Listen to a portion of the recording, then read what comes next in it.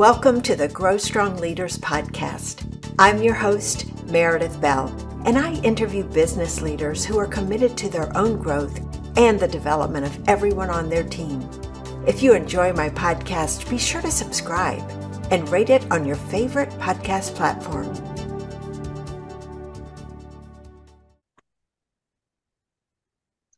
Thank you for joining me today.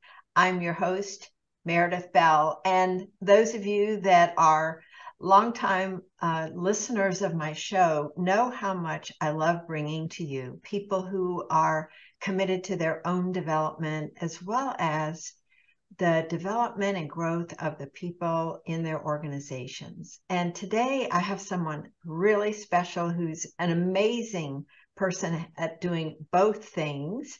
And I'd like to introduce you to Dr. Eli Bendet-Taicher. Dr. Eli, welcome. Thank you. Happy to be here. Well, I'm excited to have you here too. And I first want to give a shout out to our mutual friend and colleague, Hillary Miller, because she's the one who suggested that we connect. And I'll be forever grateful to her for doing that because you are such a special person. I am so excited about introducing you to my audience. Before we start our conversation, I do want to tell them a bit about you. You have an amazing history in the world of education and work. Eli is currently the head of global learning and development with Wix.com. He has more than 21 years of international experience in both technical and educational leadership positions. His career path has been varied and extensive, and it includes global talent management, human resources, learning and development, coaching, mentorship and leadership, people and performance analytics, product development, data analysis, and storytelling. And as a scientist who believes in data as the driver of the best business decisions, Eli presents a unique approach to learning and development that drives organizations to be on top of industry standards in today's new workplace era. So, of course, Eli, the question I want to start with is this amazing journey and transition you had from getting a Ph.D. in physical chemistry and now being in the world of learning and development. So fill in the gap there. How did this happen? Yeah, you said so many things. I feel so old now, but I'll chime in about my whole non-traditional background to become an L&D professional. I think that first and foremost, I'm a nerd. So this is who I am. At school, I was always like the nerdy kid. I used to be, math whiz and physics and science, and I just loved that. And I was lucky enough to have very inspiring teachers to follow my ongoing learning adventure. And I was always fascinated about that sense of, okay, now I have these amazing teachers that really brought me to where I want to be. But the problem for me was that, okay, I love that. I love science, but I also am a very people's person. So I went to do a PhD in science because I thought, oh, maybe I want to be a professor. I also want to inspire people and teach people and be that inspiration. And my teachers and professors also inspired me in my early age learning till my adult learning. So but during my PhD, what was really interesting, I love the teaching aspect of things. But what I've seen is that, science courses in physics, math, chemistry, they haven't changed at all for years. It's not like marketing or computer science where there's a progress with the curriculum all the time. But physics hasn't changed, math hasn't changed. So professors have been teaching the same kind of way of teaching science for 60 years. But what they haven't really thought about is that the students have changed. They're now different people, millennials, Gen Zs. And then I thought about how do I bring science teaching to the new era of millennials and Gen Z? How do we connect them to that? And we had to change the way we teach. So I pretty much changed the way you approach teaching science for undergrads and graduate students. And then I thought to myself, oh my God, I made this like really cool revamping of old school courses. Can I take those skills to the corporate world? Because it is still adult learning, but in a corporate world where the problem was that I was not a subject matter expert anymore. So because in the university, I was a subject matter expert. Now I don't. But because I'm such a lifelong learner and I love learning new things, I'm getting bored very quickly with everything I do usually. So it's like, do I want to teach the same courses for years, or do I want to continue learning, develop myself, and create new learning materials and learn myself about the new technology, about the new tech, and this is where I find myself doing learning and development for the tech industry. And this is really by chance that I met someone that worked at a company and they saw what I did at NYU and they said, wow, can you do it also in the corporate world? And they gave me an opportunity. I went there. And since then, this is what I love doing. I love learning. I love creating learnings. I love to inspire people and help people. This is what gets me every morning with whatever I do at work, is I can help people develop themselves personally and professionally and prepare them for their career. Well, I love your enthusiasm and your passion for what you do. Based on this background that you brought to the corporate world, what would you say differentiates you from some of your other learning and development colleagues in the profession? I think I bring, first of all, research, scientific research background. So I know how to do research. I know how to work with big data. In science, I did a lot of big data. I would do an experiment. I would get a lot of data. I would need to interpret the data and get to some meaningful conclusions. So I'm bringing a very tech savvy approach, very data driven approach, very research oriented. So I'm not just creating things just for the sake of creating things. I'm really thinking about, is this going to work? Is this not going to work? What kind of data I can collect to make sure that what I'm doing is meaningful and impactful. So all these things are so critical in today's L&D environment, because otherwise you won't be able to show any impact value or ROI or ROE, which is very crucial to justify what you do in L&D today, especially in these times of recession and unknowns. Mm-hmm. Well, it's interesting you say that because I know when you joined the folks at Wix, you worked magic really to get the trust of the CEO. And I would love for Yeah. you to share because a lot of times, many organizations, learning and development is seen as a nice to have. And one of the things I admire so much about what you've done is you've helped position L&D Yeah. as a must have. And so I would love for you to share, because I think this is really important for everyone listening to understand. How do you do that? First of all, you really made a good point here. The trust for L&D is so crucial. And this is what every L&D professional has to obtain very quickly early on when they're joining a new org. And we cannot really afford any mistakes or big fails, because if you fail once, I mean, in order to get more money, resources, or headcount, I mean, that's going to be very difficult. I think what's really important today is to, first of all, think about how you change the perspective of L&D departments to be revenue generating department and not nice to have. If you want to do that, you really need to think about L&D as a business. So you really need to think about ROI, or at least ROE, return of expectations. You really need to think about, am I bringing value to the business?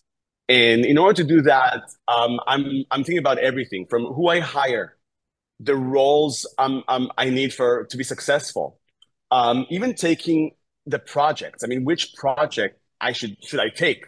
I mean, I have to make sure that the projects I'm getting are going to create a big impact and move the needle in the business. And this is what you need to start with. You need to start with the quick wins, baby steps, but really make sure that what you're doing is spot on. And this is why I do a lot of A/B testing, for examples. So when you do A/B tests, it's pretty much testing between two groups. You have a control group, you have a test group, pretty similar groups. I'm trying before I launch anything big that means a lot of investment and launching a big scalable program globally, and which is a big company with a global footprint.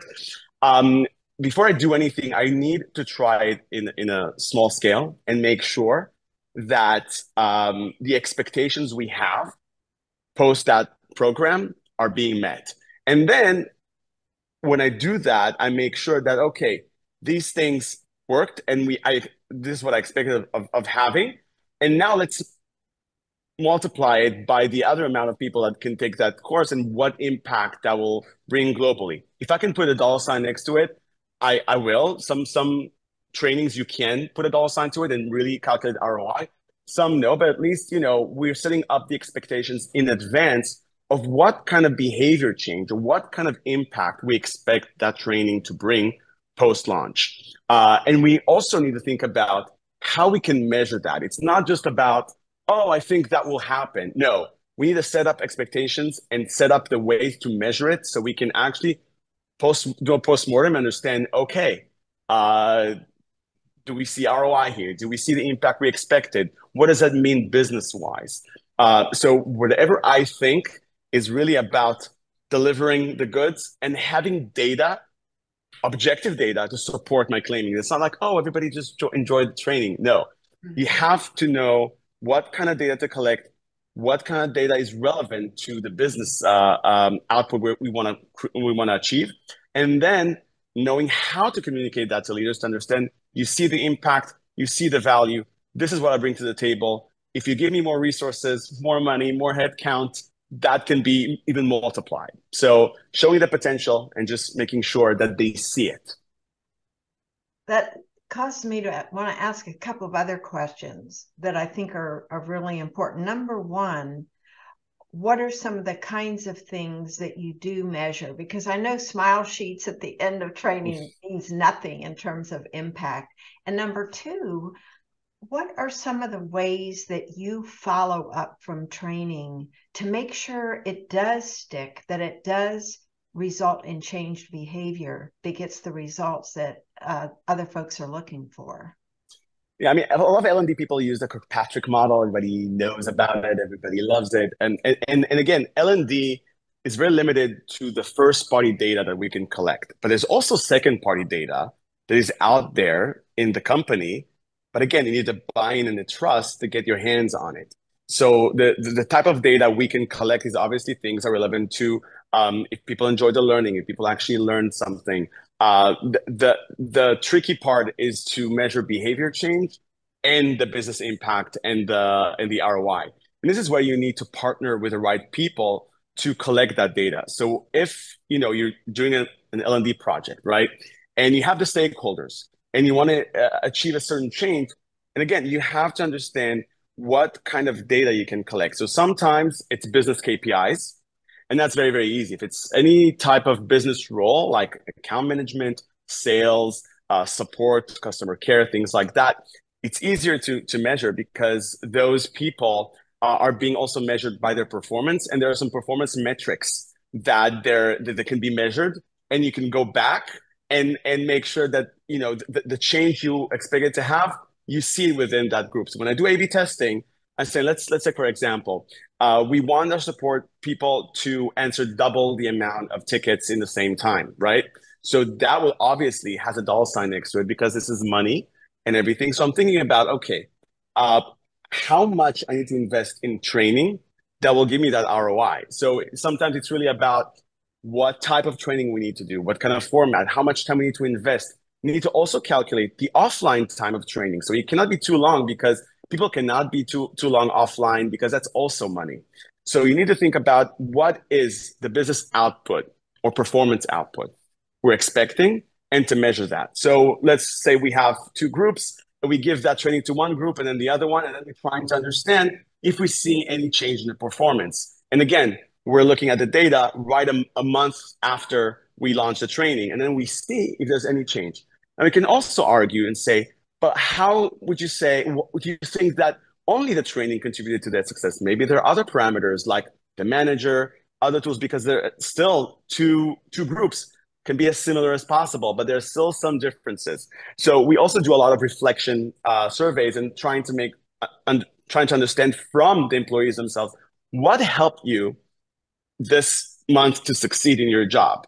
Is it your manager? Is it the training that you got? So if we see a lot of contribution from the training, we can say we had a major contribution from the training perspective. So we can actually try to isolate the specific contribution of L&D to the business output, even though obviously it's usually not 100% anyhow. But at least I can evaluate it, and also I can put a dollar sign next to it.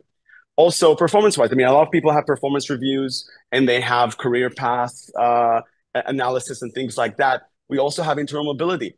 If we want people to move internally, we're creating these learning paths for them. And we see how many people actually took trainings and were able to move to a different role based on the learning they received. So there are a lot of data you can collect, but you need, again, to understand by the business output, by the behavior change you want to create, what type of data I can actually now collect that will support that. But again, you need the buy-in. I need to make sure if it's salespeople, I need the VP of sales to give me access to the sales data.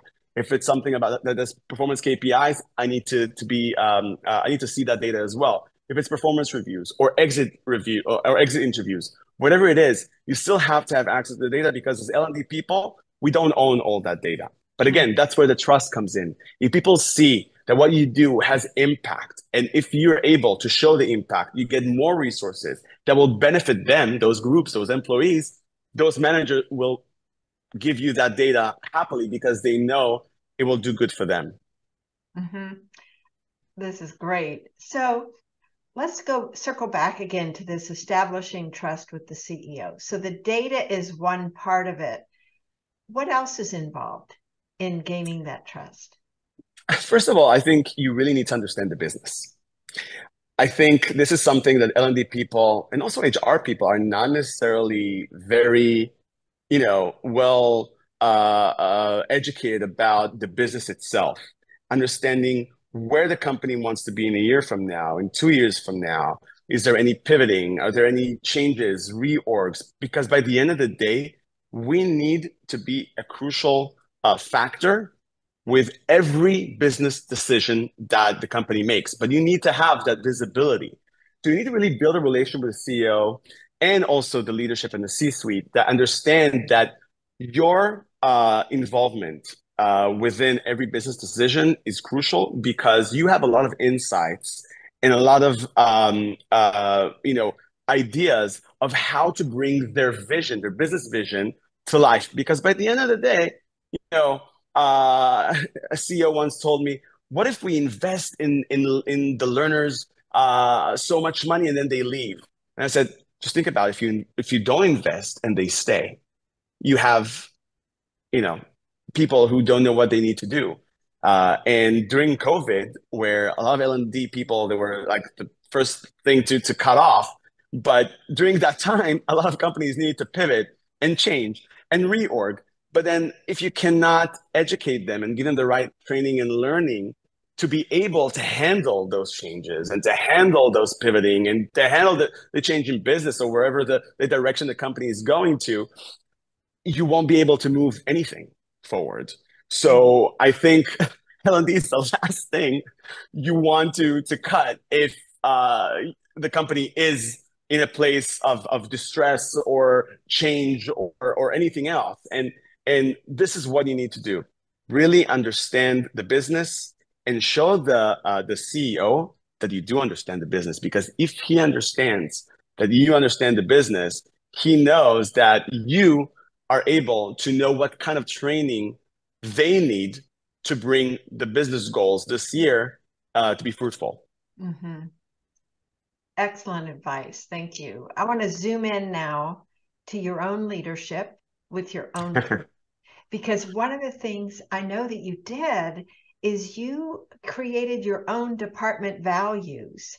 You called them the 10 commitments. So I want you to describe why did you do that? What were the benefits, and what does that mean in terms of how your team operates and works together? So first of all, I'm a huge fan of pretty much you do what you preach, right? So I cannot preach for lifelong learning and everything, but not have it within my own team. I also wanted something to unify us as a team, but still it needs to somewhat be aligned with the org's values, because the org's values are there. And our 10 commandments are not like, okay, this is our own value. This has to be aligned with the org's values. But we still are, as I said, we are a business. I see ourselves as a company within a company, right? So we need to have our own values, our own way of doing things. And this is something we came up together as a team. This is not, okay, these are the 10 commandments, you take it. No. And also, this is a living and breathing document, meaning we changed a few of them in the past couple of years, because as we grow, as we change, those principles also change. This is not something that is just like a set in stone. And I also believe, and this is something that's very important for me, in diversity. And if you go to see my team, we are a very diverse group of people, age-wise, ethnic-wise. I mean, it's very, very diverse. And this is where, in my mind, we had to have something that does unite us together. The kind of like the common thread for all of us of how to work together, and embracing that we're different, but still how we can all work together in harmony, and what really unifies us as a team. So our biggest one is like the get shit done driver. Data is our driver. Learning, lifelong learners, because we are also, and this is what we promote, and this is what we preach for, and this is what we also need to owe ourselves. And one of the things I really love is make it work, because Wix is a place where change is constant, and curveballs being thrown at you all the time. And also something that will build trust with the CEO is never say no. Just say, let me check, let me see if it's possible. I'll make it work. And sometimes I'm getting these crazy, crazy projects. It's like, there's no way I'm going to finish it on time. But then, you know what? We'll make it work. And somehow we find a way to make it work. We're being innovative. We're trying to make things work as best as we can. Again, we are unified as a team. We are here for each other. And this is something that really differentiates us from other teams within the company. Now, I'd like to take a minute for you to share what Wix does. Some of my listeners may be very familiar with and even use the service, but others may not. So, because yeah, you serve a huge number of people, and I think it will help give people perspective on all the balls you have to juggle to get your job done in L&D. Another thing that, when I take a role at a company, I really have to believe in a product and its mission and how it helps people.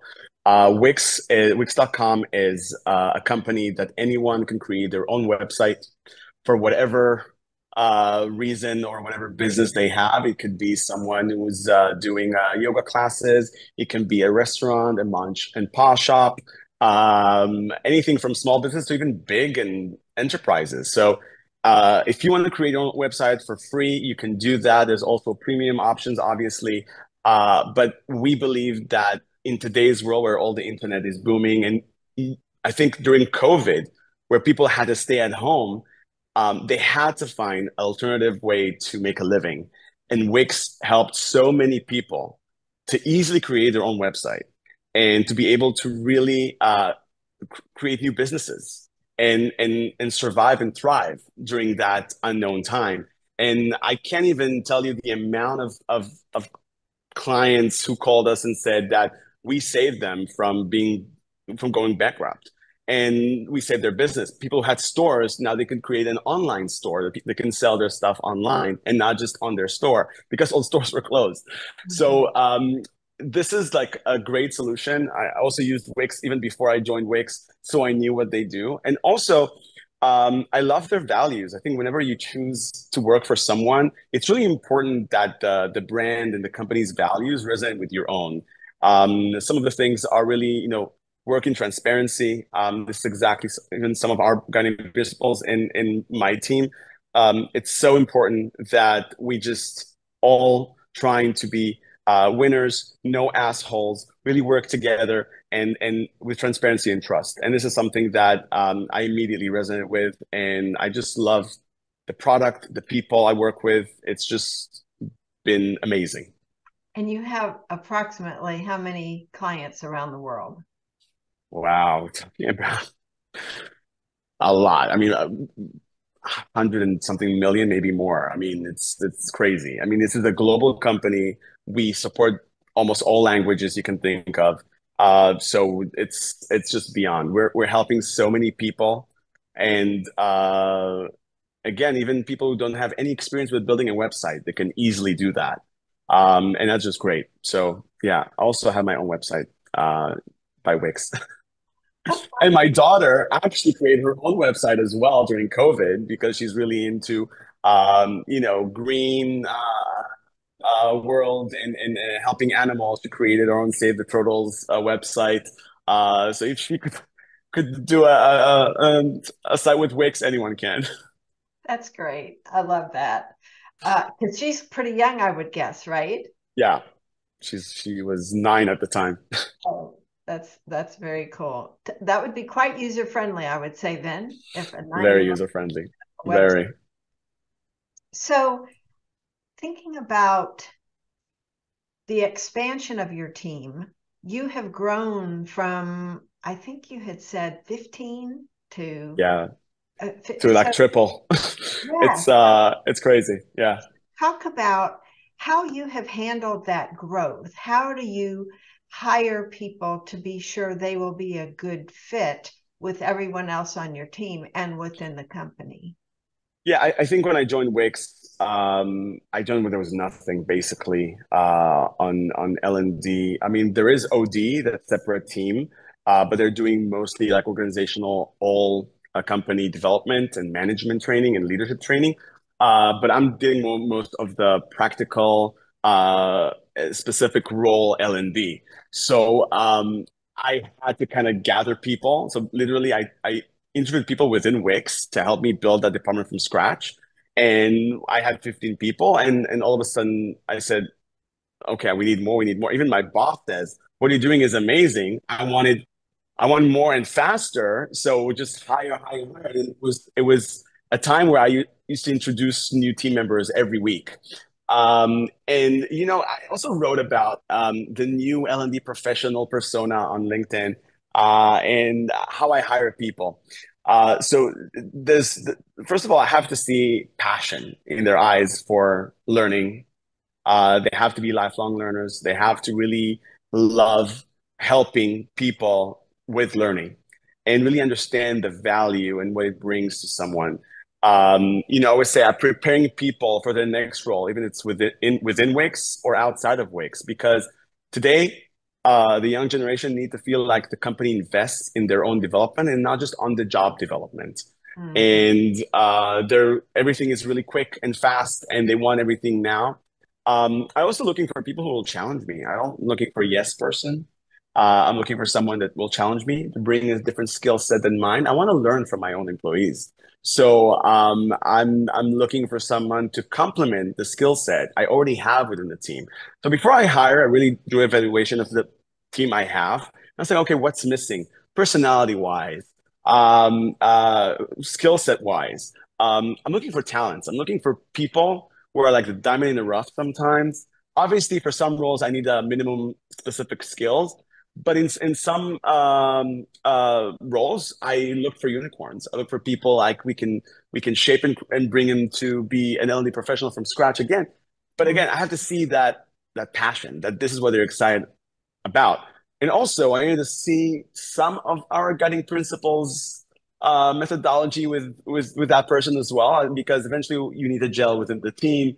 You need to work with those people. You need to really need to resonate with you. But yeah, I'm a very non-traditional interviewer, and a lot of people in my department will say I'm just like really trying to get to know the person and what drives them and what makes them want to wake up in the morning and go to work, because this is what I'm experiencing. I mean, I love what I do because I'm creating impact, not just to the business, but I'm impacting people's careers and lives. So Mhm. for me, that's my kick. I love what you said there, Eli, all the different things that you mentioned in terms of what you look for and how you go about hiring people, looking for the gaps within your own team and not having people that affirm everything, but that actually challenge you. And I'm just curious, what's that look like on a day-to-day basis? If somebody is challenging you, what idea might you present? If you could give an example, because I think sometimes people are hesitant to question, depending on what their cultural background is. How does someone present a challenge in a way that's respectful and that makes it possible for you to really hear them and be open to their ideas? I don't know if you remember, but you remember the Challenger that went boom in the air, and you know why it happened? Because that some people were afraid and hesitant to say that there's something with a small O-ring there that was the problem. So I believe again that in order to create a product or an output that will resonate to as many people as possible, I need as many input as possible from as many people as possible. So we're trying to do a lot of brainstorming and not shush or quiet anyone. Everybody needs to be heard. Everybody needs to feel safe. Because when you do, storyboarding and you do the brainstorming, we have a rule that there's no stupid questions, there are no stupid ideas. You just have to say everything. And it doesn't matter who says that. We're just going to go through all the ideas and make sure that everybody is heard. And sometimes it's going to be a combination. I'm not, even though I am the decision maker per se, there's a lot of times that people were saying, no, we should go that way. And I took that because I love to be persuaded otherwise. I mean, yeah, I have this sense of, oh, I think I know what's the right direction, but sometimes I don't. And it's totally fine to say, I don't know. And it's totally fine to have really crazy ideas because if you don't have crazy ideas, you won't be innovative at all. And you know, it's kind of funny when I started with what I did and we started doing some trainings, everybody's like, oh my God, these trainings are awesome. It's great. And if you keep up doing the same, they're just going to be bored. And it's like, okay, we got it. It's all very templatey now. We used to it. You know, you always have to provoke their thought. You always have to bring something new. Every course has to be different and feel fresh. Because again, we want to try to create trainings in a short amount of time and also have as minimum offline training time as possible, but still have the biggest effect possible with performance enhancement and whatever the our goal is by the end of it. I always say when we create a training, think about what do you want that by the end of this training, your audience would know, think, feel, and do. Follow these four questions and we'll figure it out how to make that happen. So you really need to really think about these things before you do even anything. You need to understand the audience first. I mean, it's always like know the audience, know the audience. And then, okay, what do you want them to know by the end of it? Think, feel, because training can provoke emotion. And if there is an emotional experience or something that will provoke something, it's going to be memorable. And also, the most important thing, what do you want them to do afterwards? Is it just going to be, oh, that's a nice to have, that's a nice training? It's like, okay, what am I going to do with this tomorrow? And this is what drives us. And I want always fresh ideas. As you know, I'm not getting any younger. And young people have so many new ways of doing things. And also, if I want to appeal to a younger demographic, which is a lot of our employees are, you need to speak their language. You need to know what will help them be more engaged during those trainings. This is what you need in order for things to stick, in order for things to change. So yeah, I mean, I don't know everything. I mean, I have more experience, but I don't know everything. And I don't want you to. That's why I hire you. To you tell me what I'm supposed to do. So this is a very I don't know if it was a democratic way, but a brainstorming that is everybody's going to be heard equally. You know, what it sounds like is collaborative. You want folks to give their input. So you're not sitting on high making all these decisions that impact them with Not no. fun. It's But not fun. so, and you know, I'm just thinking how my guess is that's how you like to be able to give input to other people too. And so Yeah, the kind of the common theme that just, you know, to me is coming from you so much is you thrive in a learning environment where you completely. yourself are able to grow Nailed it. and then everyone around you you take great joy in watching them grow and expand as well. Meredith, do you want to be my shrink? You're just onto me already. It's like, you know me very quickly. Well, you practice the transparency, right? Eli? Yes, exactly. You're open, and I just love that. I love your energy. I love your commitment to your team. And my guess is when you bring somebody on board, they love working with you and they stick around I because hope so. you create an environment where they can thrive. Am I on Yeah. top with that? Yeah, you're spot on. I think most of the people who are under me would say the same way. It's like yeah, it's like we'll never leave you. So yeah, right, you'll never leave me. We'll see. But I just manage people the way I want to be managed. And I want to give people full autonomy to make their own decision, even though sometimes I think they're going to make a mistake. But this is their path. This is their journey. I'm just here as a coach, as a mentor to support them. And sometimes a lot of my employees come in and say, I think this is the right decision. I think I'll go with this. And I'll challenge them as well, even though I might think the same as they do, but I will say, well, but if we do this, because I want them to kind of, again, like a shrink, trying to get, because the answer is within them. I Yes. just need to ask the right questions as a coach, those impactful questions for them to be able to get to the solution themselves instead of me telling them what to do or giving them a solution. Yes, I love that you brought up that one of the roles you play as the leader of your team is coach. Because, today I think that's so critical for Very. any level of manager to see that coaching is one of the key things that they need to do with their Mhm. people. Some are resistant. It's like, oh, I have to put on one more hat, as opposed to seeing it as an integral part of how they work with the people on their team. Is that something Yeah. that's natural for you that you have always No, enjoyed doing, or did you have to learn? no. You have to learn. I mean, I'm a lifelong learner. I came from academia. I didn't know what coaching, leadership training, all these type of things. I had to learn things myself. I did online training. I did certifications. I was able to also work with great vendors that I learned from them as well. I'm very collaborative. I'm like a sponge. I love just like getting more and more knowledge, seeing as many options as possible, as many ways of doing things as possible. Because also in every org that I worked for, I did things completely different because it's a different company, it's a different culture, it's a different people, different leadership. So it's not like, oh, I'm just going to do copy paste what I did at this company and now that company. I'm doing research. I really trying to get to the people, understand them, understand who the audience is, I understand what are the needs, what will move the needle as quick as possible, what needs to change, what needs to be impacted. And this is how I go. And again, I'm a very people's person. And this is why I also left academia because I felt a bit lonely there. And here I get to meet a lot of people, talk to a lot of people, really get feedback. And giving and receiving feedback is one of Wix's huge ways of leadership. And this is something that's so crucial to do an ongoing feedback and not just have performance review once in every 6 months. It's a conversation. It's a meaningful conversation, and the constant feedback. And this is what really helps us grow and learn.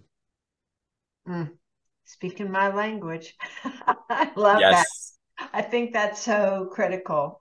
And of course, that ties in with the coaching and mentoring of employees as being Yeah. willing to give them both positive and constructive feedback and also be open to receiving that Yeah. because that again sets the stage that you mentioned earlier around safety and transparency. And of course, that then encourages high performance because people can give their best when they feel that they are supported and you've got their back. I love the way you have the back of your people, Eli. Thank Just you. feel it I'm in doing my best. That's what I can do. Just doing my best. That's wonderful. Is there anything I haven't asked you about that you would love to share with my listeners before we wrap up? We covered a lot. I think that what I want to say is that the new L&D professional persona can come from a non-traditional background. I think a lot when I interviewed for a few companies, once they said, "But you have a PhD in science, it doesn't make any sense. No, I don't think you're the right person." And if and I don't want to work at a company like that as well. So it's really about what kind of skill set a person brings to the table. What's their passion? Yes, for some roles you need to have minimum skill set and experience. But again, I'm always, if you want to make a big change, if you want to bring something new and fresh, you have to think outside of the box. And that also about hiring.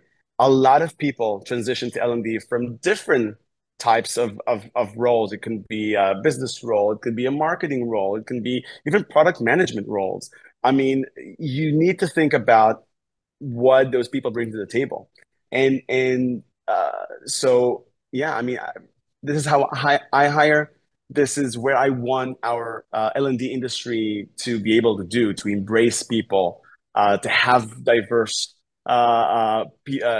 diverse community that bring a lot of different skill set and perspectives. So yeah, I think that's really, really important because again, if you see my resume at the beginning, it's like, this is an L&D professional. No, that's impossible. But luckily for me, I worked with companies that believe in me, give me the full autonomy to do whatever I want to do.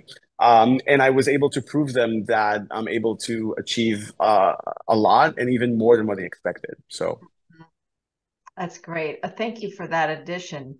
And I can see that being so true for you, the energy that you bring, the ability to harness that in a way, because I can just tell you're a big picture person, being able to see, and you take the time to learn, where is the business trying to go?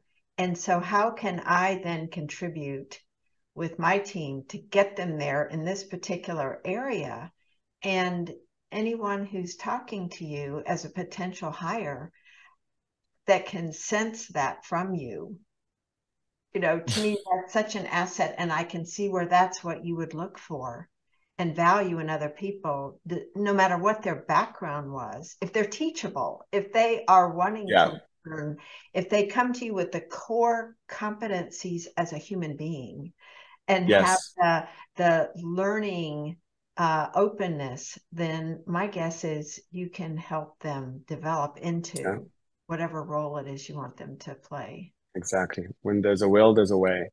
And everybody can learn Addy or Patrick or whatever it takes to do certain things. You just need the right person to have that passion and that motivation to do it and understand the value that you bring by doing this. Mm-hmm. That's great. Eli, thank you so much. Thank you. I had so much fun today. This was so great. Tell people how they can connect with you, because I know you put out lots of great content, and how they can learn more about your work at Wix and about Wix itself. Well, you can go obviously to Wix.com to look at the great things that Wix is doing. Also follow them on LinkedIn. I'm mostly on LinkedIn. I love networking with people in the industry. I also speak at a lot of conferences. I go a lot to the CLOs ones and Concero. I even had the opportunity to give a talk at the latest DevLearn in Vegas. So I just a very, as you see, very friendly guy. If people need my advice or anything, they approach me. I'm always there to help and to kind of give my advice on anything. Reach out on LinkedIn. I write a lot of things on LinkedIn as well, articles and other things that will obviously help a lot of people that have some struggle with data, how to hire, and know a little bit more about me and my story. So yeah, feel free to reach out. That's great. And we're going to also put a link to your article in Forbes called 6 Ingredients to the Culture Infused Learning at Wix. That was a great article, and I want listeners to be able to access that. So thank you again, Eli, for what for who you are and all the joy you bring. I'm gonna cry now. I just love it. Thank you. Thank you very much. Thanks for tuning into my podcast. Now head over to growstrongleaders.com and check out our 2 books, Connect with Your Team and Peer Coaching Made Simple. While you're there, download the free Facilitator Guide to find out how to implement our unique peer peer coaching system. Until next time, I'm Meredith Bell.